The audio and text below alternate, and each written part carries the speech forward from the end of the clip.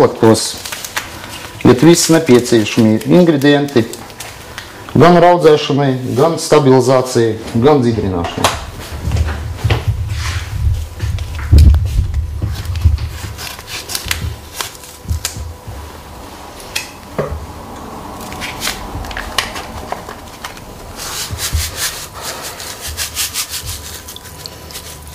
Tāpat kā ar jaunumu, raudzēšanai nepieciešamas istabas temperatūras 18–24 grādi. Pie zemākam temperatūram raugs apstājās, pie augstākam viņš var arī pārstāt savu darbību.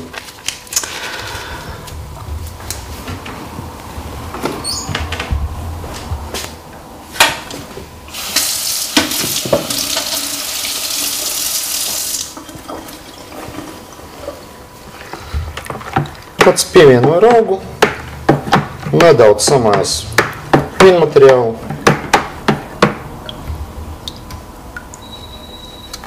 Raudzēšanas process iesāksies pēc 4–5 stundām.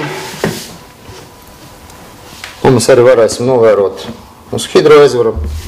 Sāks nākt ugunskapa gāze. Aiztaisu cieši tvertni. Ielēju hidroezvaru ūdeni, un faktiski tas ir sākuma posma, tas arī ir viss. Raudzēšana atkarīgi no temperatūram vīnam paies no 7 līdz 14 dienām, stabilizācija un dziedrināšanai apmēram 3–4 dienas. Tā, kad vīns ir izraudzējis, es pieeju pie nākamā posma, tā ir dziedrināšana, stabilizācija un dziedrināšana. Tad pēc vienkāršas instrukcijas mēs pievienojam nākamo komponentu, lai apstādinātu atlikušo raugu.